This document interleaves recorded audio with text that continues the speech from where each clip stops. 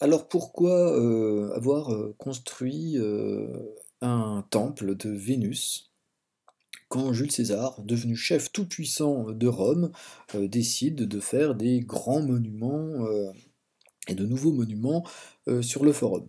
Alors déjà, construire des grands monuments, c'est déjà une façon de montrer sa force et son pouvoir, mais il choisit un monument en l'honneur de la déesse Vénus.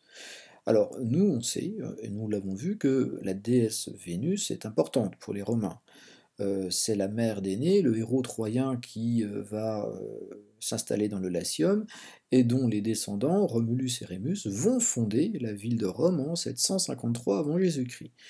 Donc c'est une déesse qui est évidemment au cœur de l'identité du monde romain. Alors, ce qui la rend plus importante encore pour Jules César, c'est que Jules César dit en être directement le descendant. Sa famille descend de Vénus et d'Énée. Alors, elle descend même directement de Ascagne, le fils de Énée. Alors vous avez vu que Ascagne il s'appelle Iule, donc je pourrais faire un lien qui va directement de Iule à la famille de Jules César, et ça se retrouve dans le nom de famille de Jules César. Iule ici et Jules ici, on voit bien le point commun entre les deux mots, eh bien Jules en latin c'est Iule.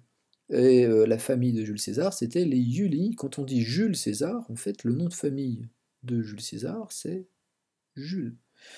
Alors, Jules César choisit de construire un temple de Vénus, qui rappelle évidemment une déesse importante pour le monde romain, mais aussi une déesse qui est son ancêtre. Que nous dit l'historien? Ben, avec une déesse, on a de bonnes bases pour faire une belle carrière. C'est une déesse de l'amour, elle donne la victoire sur les champs de bataille, c'est une déesse qui renforce l'autorité de Jules César. Si Jules César a gagné, finalement, s'il est devenu l'homme le plus fort de Rome, c'est parce que lui-même avait des origines divines, des ancêtres divins, et il va l'utiliser. Construire un temple de Vénus, c'est pas simplement honorer une déesse importante pour tous les Romains, c'est bien rappeler ses propres origines. Et alors regardez, une pièce de monnaie qui était frappée à l'époque de Jules César, une belle pièce d'argent du 1er siècle avant Jésus-Christ.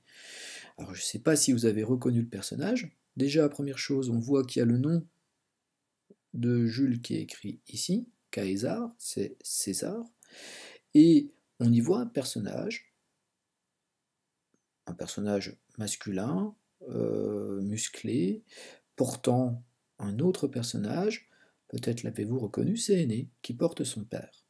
Les pièces de monnaie frappées à l'époque de Jules César portent cet emblème pour rappeler toujours cette origine que César va avoir. Donc attention, ici c'est pas César qui est représenté, c'est bien Aîné, celui qui serait son ancêtre et dont le fils a donné même le nom de famille de Jules César. Au passage, Aîné porte sur la main une petite statue de bois représentant la déesse Athéna, Minerve chez les Romains, avec des boucliers. Et cette petite statue de bois, qu'on appelait le Palladium, était conservée dans le temple de Vesta, sur le forum. C'était évidemment un symbole important de l'unité des Romains. Alors, petit résumé maintenant. Jules César affirme avoir Vénus et Aînée comme ancêtre. Ça lui permet de justifier ses actes. Si j'ai pris le pouvoir, si j'ai accompli des actes exceptionnels, c'est parce que je suis quelqu'un au départ descendant d'ancêtres exceptionnels, et ça renforce son autorité.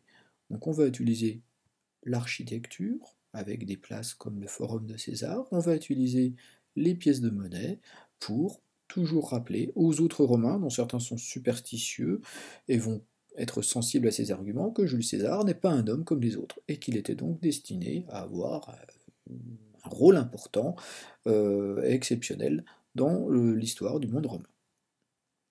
Alors on va continuer avec l'autre grand personnage dans la vidéo suivante, et l'autre grand personnage, on va voir aussi qu'il est lié à Jules César, et il s'agit de Auguste.